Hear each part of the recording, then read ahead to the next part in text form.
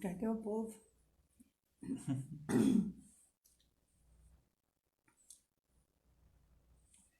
Boa noite, gente. Não vou aparecer para não assustar o povo dessa vez, né? O povo lá. Olha o povo entrando. Eita lá, ó. Ah, Consegue ler? consigo ler aqui, ó. É. Tudo bem? Tá tudo bem? Consegue ouvir? Tá tudo certo, né?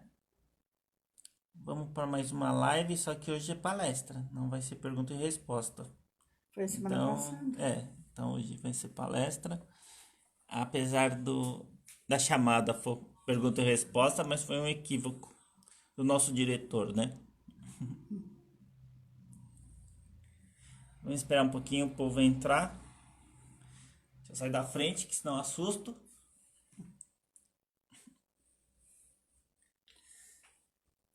Falar sobre os trabalhos do centro, que nós estamos parados. Pode falar, o povo tá escutando. Meus amigos, boa noite para todos. A nossa casa de caridade está fechada, devido a tudo que tem acontecido por esse mundo afora também. Tá o globo inteiro, o globo terrestre inteiro. E a gente na oração pedindo, né, que afinal de contas não venha atingir tantas pessoas como nós vemos. E essa semana eu tive uma alegria tão grande que depois eu fiquei pensando. Eu saí para fazer uma comprinha, para comprar uma mistura para o almoço, né? Porque afinal a gente é dona de casa. E de repente uma pessoa que estava puxando um carrinho cheio de reciclagem, né? Entrou, mas me abraçava, me beijava. Era uma irmãzinha lá do Rede Vivo que toma sopa todo domingo. E ela tem uma deficiência auditiva e da fala. Mas se eu tivesse ganho na loteria, aquele momento, eu não seria tão feliz como fui naquele instante. E eu vi uma outra pessoa que estava ajudando ela a puxar aquele carrinho. Era uma senhorinha, bem com bastante idade. Eu corri até ela e perguntei, falei, você é alguma coisa dela, algum parente, né? Porque ela frequenta o Rede Viva há muitos anos e nós nunca conseguimos entender, afinal de contas, o que ela fala, o que ela pede, porque ela não sabe se expressar de forma nenhuma e a gente gosta muito dela. Aí, quando eu perguntei para essa senhora, ela tem a mesma deficiência que essa moça, mas de repente me chamaram lá no balcão, eu fui, era um frango que nós estávamos comprando. E quando eu olhei, cadê? Aí corri para lá, corri para cá, até localizar. Aí eu a chamei e falei para ela, você não quer um frango? Nossa, ela batia a palma, eu precisava de ver alegria, alegria. E ela perguntava a respeito da sopa que a gente faz de sábado e domingo, né? E eu estava explicando para ela, tentando fazer ela entender que não é que nós abandonamos, é que não dá para fazer. Aí eu vi que a gente sente muita falta, mas elas sentem falta não é só da presença do evangelizador, da casa, mas também da alimentação, gente. Então, nesse momento, a gente quer lembrar desses companheiros que de sábado, a nossa irmã Conceição, com o Kleber, marido e mulher, e mais algumas companheiras, não é que nem a Eliane, elas passam a manhã toda fazendo a sopa e também elas picam, elas cascam e picam o legume para domingo, porque domingo o pessoal gosta de chegar um pouquinho mais tarde, né? Então, esses companheiros, quantos anos a gente oferece esse almoço? Meu Deus, aonde eles estiverem nesse instante, que eles possam receber o meu abraço e a minha gratidão eterna, eterna, e também dos mensageiros do Jesus Redivivo. E além disto, não é só esses companheiros que dão saudades. Nós temos a tia Ana, nós temos a Vera, a Marisilda, meu Deus, a Maria Helena também. As saudades é muito grande, mas logo, logo nós vamos estar voltando, né? Nossas companheirinhas do interior, a de Arthur Nogueira, né? A Amanda e a sua família. Enfim, vocês vivem no meu coração, pode acreditar. Lá de Marília também, o pessoal de Jundiaí, são criaturas que, por mais que a gente queira, a gente não esquece. A Márcia, filha da nossa querida Virgínia, que nos ajudou tanto a arrumar, a montar a nossa obra social. A todos, então, o nosso muito obrigada e que Deus continue nos abençoando. Evandro, você quer falar mais alguma coisa? Não, já falou Não? tudo. Falei? Uhum. É por causa que... Como é que fala para escrever aí no YouTube? Ah, não. A gente tá no Facebook, né? O Facebook já tá lotado. A gente só consegue, acho que, curtir a página. Bom, nem passa as coordenadas enquanto a senhora fala. Vai passando na tela, o povo vê. Ah, então tá bom.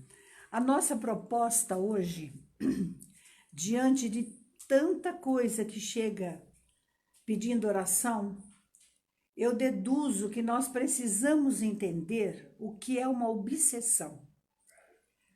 Isso não é brinquedo. Sabem por quê, gente? Uma vez Chico disse para mim: você, minha filha, que fala para as pessoas, comenta a respeito do suicídio, porque a tendência está sendo esta. E a gente fica triste, não é? Que alguém nos liga e diz: olha, meu filho tentou se matar, a minha mãe tentou também. Isso é muito triste e não passa de uma obsessão. E a doutrina espírita é a única religião que pode nos explicar o que é uma obsessão. Gente, a obsessão é a ação persistente de um espírito, sobre uma pessoa, um mau espírito. Apresenta características de muitas, assim, muito diversas, desde a simples influência de ordem moral, sem sinais exteriores, até a completa perturbação dos órgãos, das faculdades mentais. Oblitera todas as faculdades que nós temos, até os 5 sentidos. Então, essas entidades, elas, de que forma que ela atua, que eles atuam sobre nós? Quando nós falamos em corporação, as pessoas dão a impressão que alguém veste como se fosse uma vestimenta. Então, incorporou. Não é assim. O espírito, primeiro, o fluido, a energia de nós encarnados, tem que ter afinidade com o do espírito, para que ele tenha acesso na nossa mente. E como é que eles atuam? Eles atuam aqui, ó, no nosso pensamento. E de que forma que eles fazem isso? Eles fazem de uma forma em que eles vão insuflando, passando mensagem telepática. Por exemplo, eles costumam dizer assim, quando eles querem deixar a gente para baixo, eles começam assim: você não é nada. Você pensa que é alguma coisa, mas você não é nada. Você nunca vai conseguir nada nessa vida. A pessoa, ela começa a absorver aqueles pensamentos. E quando ela faz um esforço para sair disto, ele volta. E quando ele volta com novas ideias, mas sempre no objetivo de pôr a pessoa para baixo. Então, essas criaturas, esses maus espíritos, eles pululam ao redor da Terra. Por quê? Por causa da inferioridade moral dos habitantes, dos encarnados nesse planeta Terra. Então, eles se alimentam disto. Mas é preciso saber de uma coisa. Se nós estivermos doentes fisicamente, é claro que nós precisamos da ação da medicina. Mas se nós não estamos doentes fisicamente, nós precisamos de uma ação superior àquela que está nos atingindo. Então, esses espíritos, eles fazem de tudo para acabar conosco. Eles insuflam a ideia do suicídio, eles gostam, inclusive, de desmanchar aquilo, uma meta que nós temos. Ele diz, vocês não vão conseguir. Outra hora, eles começam a dizer que nós, pessoas que nós amamos, estão fracassando por nossa causa. E isto nós começamos a sentir muito mal. Por quê? Porque nós fazemos de tudo para que essa pessoa se levanta. E de repente vem aquele pensamento, você é a única culpada. Então, diante de tudo isso, nós precisamos buscar o quê? Um remédio. E o que se combate às trevas é a luz. E a luz nós encontramos num único lugar, Jesus. A pessoa que se encontra sob a ação de um malfeitor espiritual tem que entender que precisa cultivar a oração. Diariamente, às vezes 2, 3 vezes ao dia. Porque esses espíritos atacam. E quando eles se propõem a nos derrotar, eles praticamente quase que conseguem. Porque a gente não sabemos traduzir, na verdade, a vontade de Deus. Então, contra a obsessão, é necessário que nós cultivamos principalmente a oração.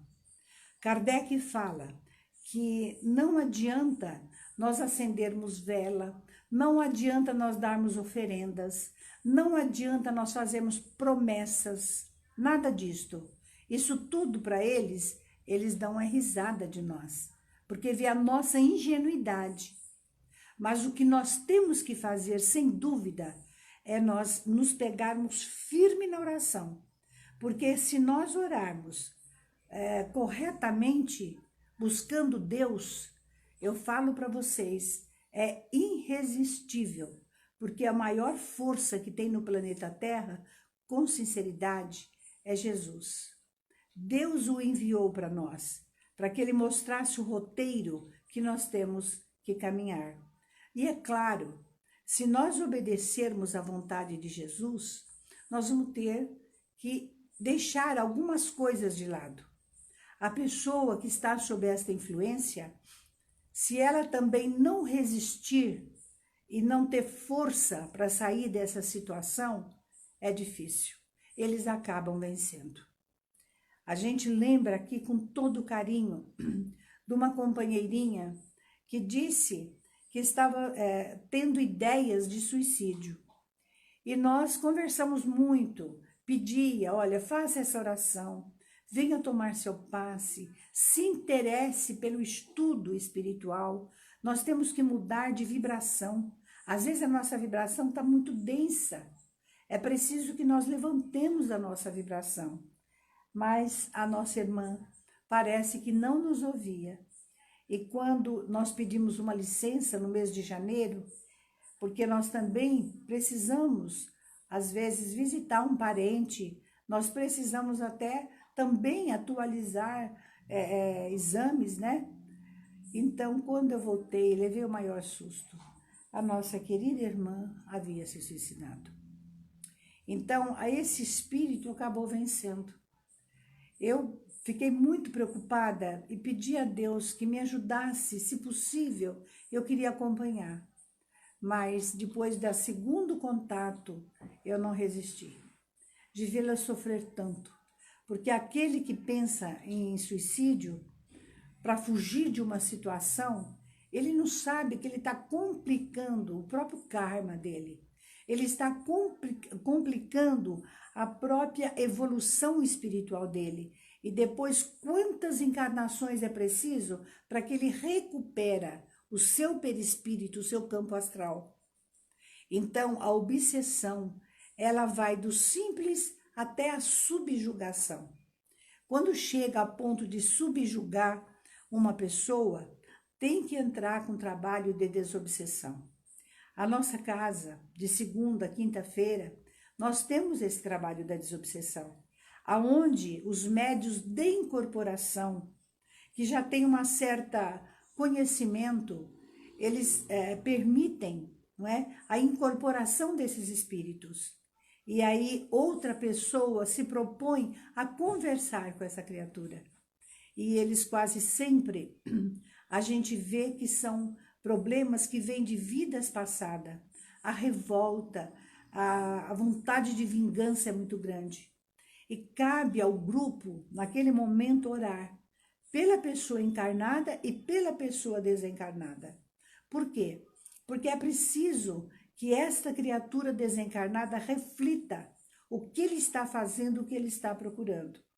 Porque se nós conseguirmos fazê-lo entender que aquele que no passado foi o verdugo, o verdugo vai pagar, mas deixa que Deus faz a cobrança. Não cabe a nós fazermos a cobrança.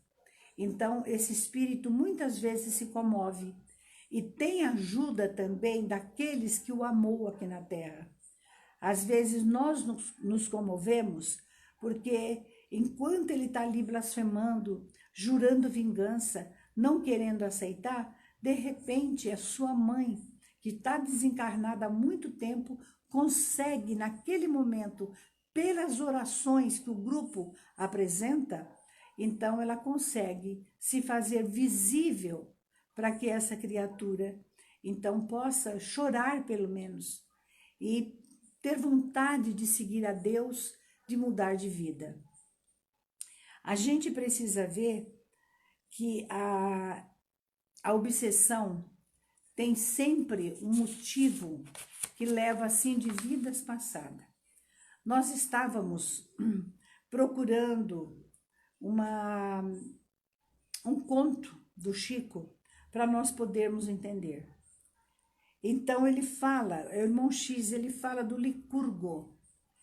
É um senhor de idade que morava numa casa não tão reforçada, mas uma casa digna, e ele morava sozinho. E todos sabiam que ele guardava uma grande fortuna, principalmente em diamantes. E naquele dia cai uma chuva torrencial.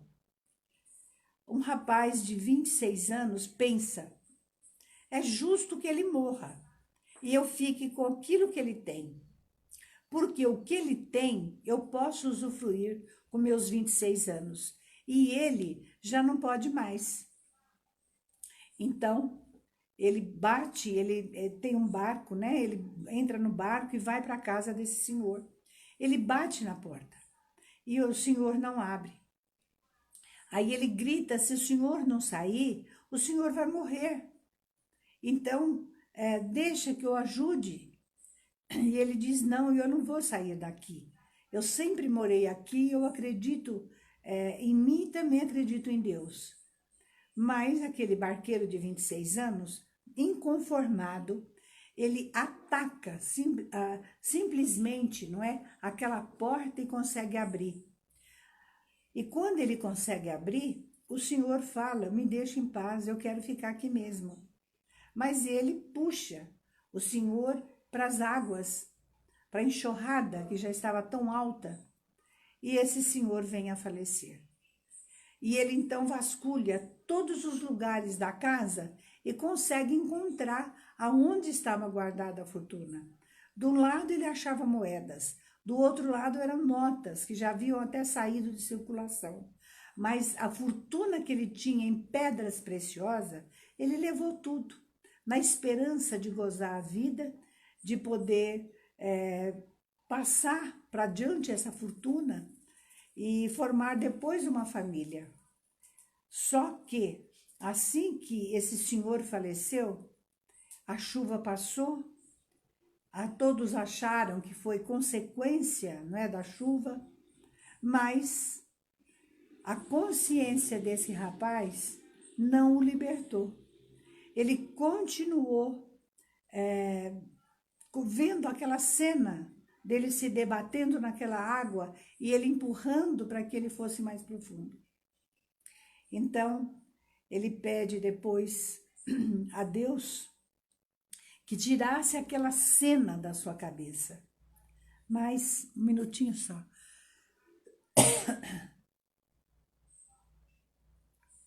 Mas ele não consegue de forma nenhuma se livrar da cena e das acusações desse espírito. O Licurgo, ele chegava perto e gritava: assassino, eu não te deixarei em paz. Enquanto eu não ver você morrer, eu não te deixo em paz. E depois que você morrer, você ainda vai se ver comigo.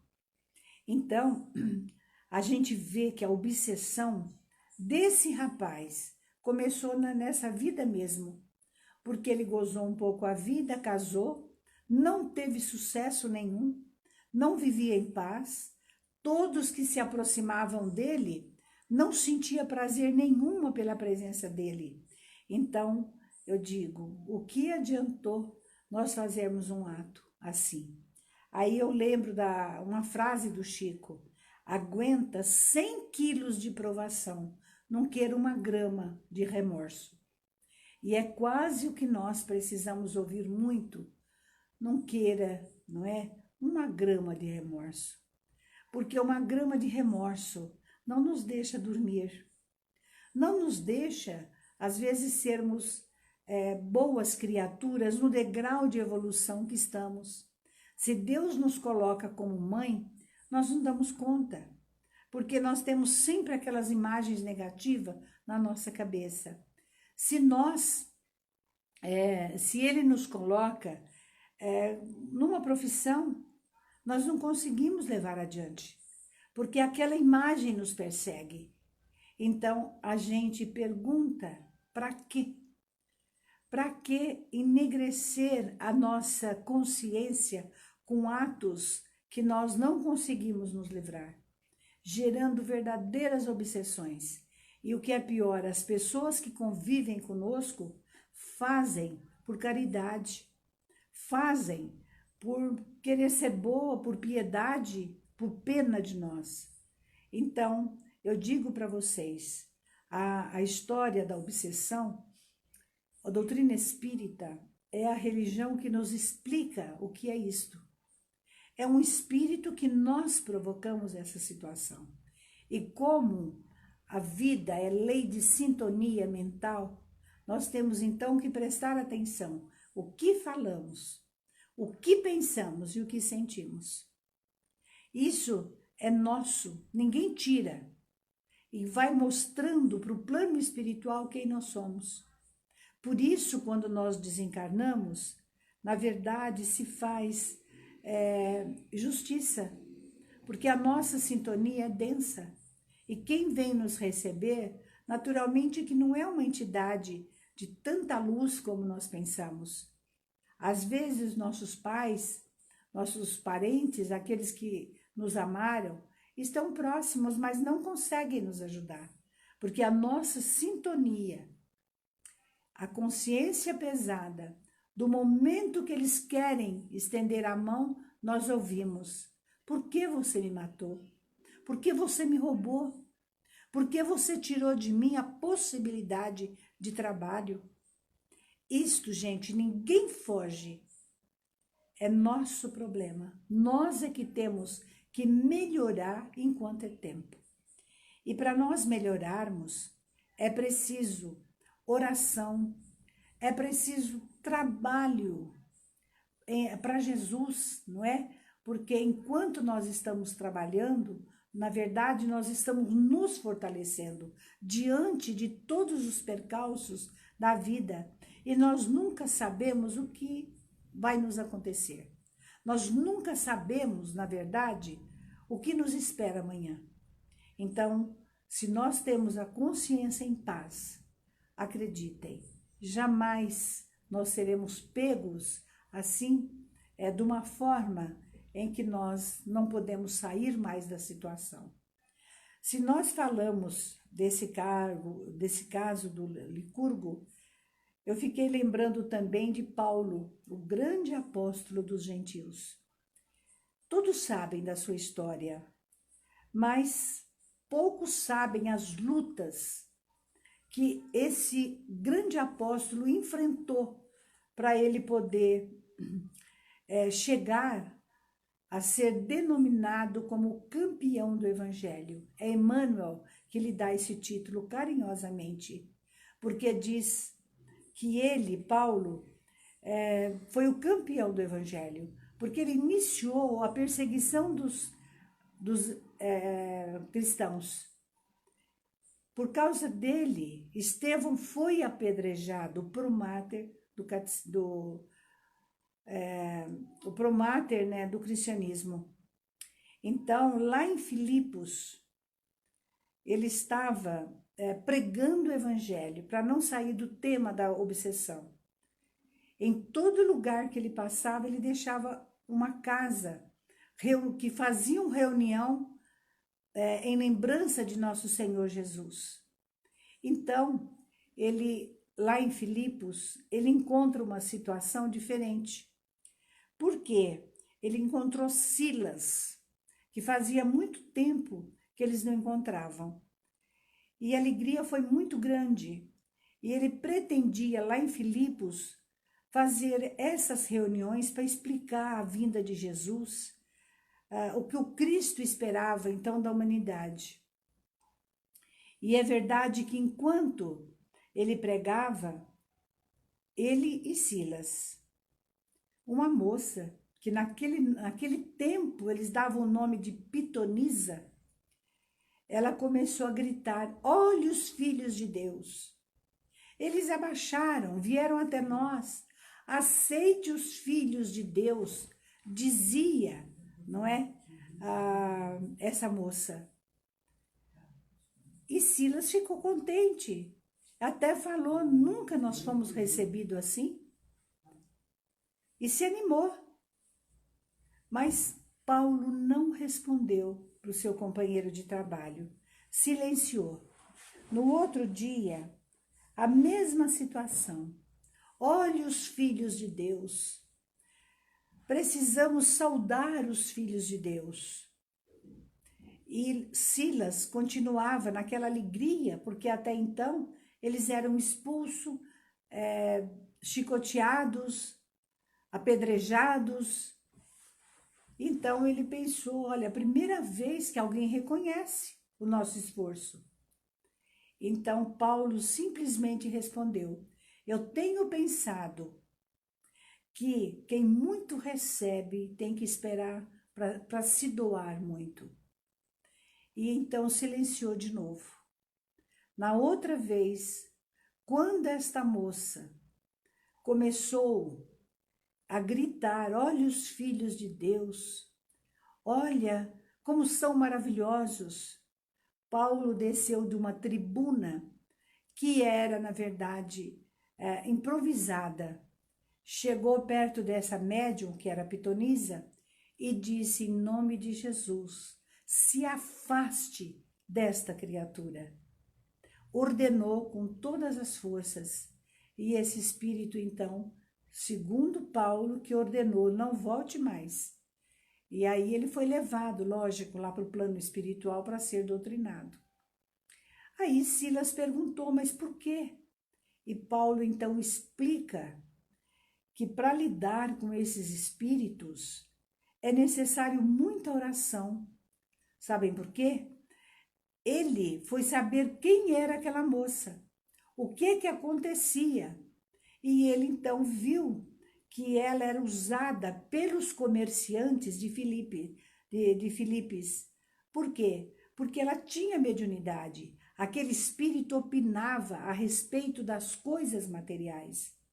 E ele, que sempre nunca aceitou o comércio religioso, ele nunca aceitou que alguém pudesse viver às custas do evangelho, que isso traz consequências muito terríveis para aqueles que usam o evangelho para ganhar dinheiro, para ter uma posição social na terra. Então, ele explica isto para Silas e fala: aqueles homens eram todos sócios, e ela foi pegando jeito para agradá-los.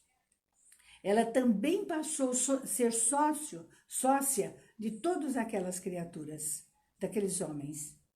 E aí, quando a próxima vez que os dois foram pregar, jogaram tanta pedra em Paulo que ele saiu machucado. E foi preciso a ajuda de Timóteo para ele e de Caio, que era um homem zarrão, né?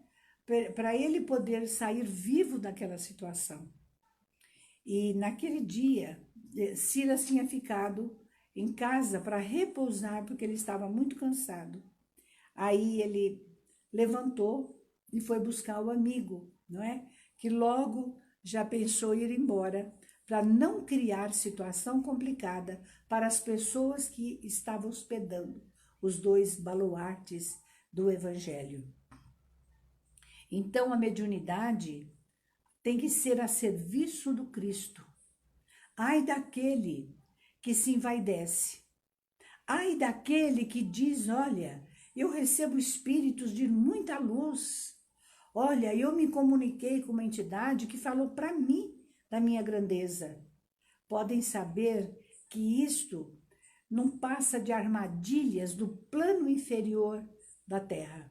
São espíritos que sabem o que estão fazendo. São entidades que, na verdade, eles querem a nossa derrota. Porque um espírito de luz jamais sai elogiando. O espírito de luz, vocês podem ter certeza, ele nos estimula a cumprir com os nossos deveres, mas jamais, jamais eles vão incutir a vaidade e o orgulho em nossos corações. Então, um dos flagelos da humanidade é justamente a obsessão. Então, nas nossas tarefas mediúnicas, a gente tem observado, companheiros, que qualquer pessoa pode ser alvo dessas obsessões. Qualquer pessoa. Nós não sabemos quando vão nos atacar, porque eles descobrem a ferida da alma como as moscas descobrem a ferida do corpo. Eles sabem quem nós somos, quem nós fomos, aonde está o nosso ponto fraco. Eles sabem. E é ali que eles vão atuar. É ali que eles vão mexer. Quantos lares que nós vemos destruído pela traição, porque as pessoas não souberam perceber que esta força negativa havia entrado no lar e havia feito já jogado o marido contra a esposa ou a esposa contra o marido. Quantas lares que a gente vê, não é? E quantas empresas também que a gente vê que esses espíritos, quando eles entram com as suas vibrações negativas, vocês podem ter certeza que dificilmente essa firma consegue depois aprumar-se, porque nós somos humanos ainda. Cada derrota para nós é difícil levantar, porque nós vamos perdendo a confiança em nós. E segundo o Dr. Bezerra de Menezes, ele diz o seguinte: derrotado é aquele que perdeu a fé em si próprio e em Deus. Então, tem que se confiar em Deus, mas também confiar a si próprio. E nunca nós devemos nos entregar à preguiça da oração, da meditação, de uma boa leitura. Tudo isso nós temos, companheiros, que prestarmos muita atenção. Em nossa vida, nós lidamos muito com casos assim, muitos. Pessoas, às vezes que é levada para os vícios, às vezes sem querer, sem perceber, vai viciando até mesmo no álcool e vai tirando esse potencial da criatura, nublando o raciocínio, mudando o humor da criatura. Então, a obsessão, ela é uma coisa tão difícil que os espíritos dizem que a vicissitudes da Terra faz parte do programa, não é difícil de ser vencido aqui no planeta. Porque se nós atraímos entidades, não é? Espíritos que, afinal de contas, estão nos prejudicando em alguma coisa, Como é que nós podemos nos levantar? Convém, como dizia Chico Xavier, crie raiz numa casa espírita. Crie raiz, porque nós precisamos um dos outros. Na hora difícil, ai meu Deus, como é bom nós, afinal, ouvirmos, sabe, a voz de um amigo, nos consolando, nos levantando. Isso muitas vezes nos coloca de pé. Muitas vezes faz que nós cortemos os laços mentais com essas entidades. Ainda ontem, o nosso querido José Carlos passou por uma prova difícil, porque sua mãezinha queria viver só. Muitas de nós, seres humanos, queremos ficar só. Não aceitamos a presença de ninguém. Nós falamos, nós temos o nosso canto e nós queremos então ficar no nosso cantinho.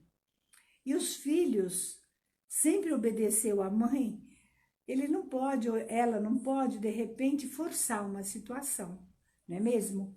Então acaba aceitando, embora zeloso pela mãe. E ontem, quando ele abriu a porta, naturalmente que ela deve ter tido um problema cardíaco e ela já estava fora do corpo, né? Já tinha falecido. Então, imagine um filho, que eu conheço o José Carlos desde os primeiros tempos do Rede Vivo, imagine para ele como foi difícil. Mas, felizmente, o irmão Francisco dos Santos Meira foi o primeiro presidente do primeiro centro que eu frequentei. Então, é um espírito que zela por nós, porque nos conheceu muito menina. Então, ele nos disse, ela não estava só.